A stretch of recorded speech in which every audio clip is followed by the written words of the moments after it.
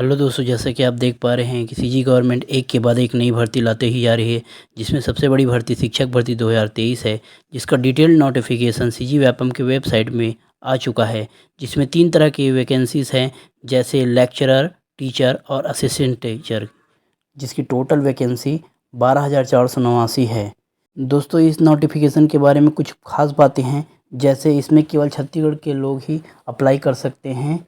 जिसका ऑनलाइन आवेदन 6 मई से स्टार्ट होकर के 23 मई तक चलेगा और जिसकी परीक्षा 10 जून को होगी। इसमें वन टाइम प्रोफाइल क्रिएट करना पड़ेगा और फॉर्म भरते समय जिन जिन ज़िलों में काम करना चाहते हैं उसका प्रेफरेंस देना होगा।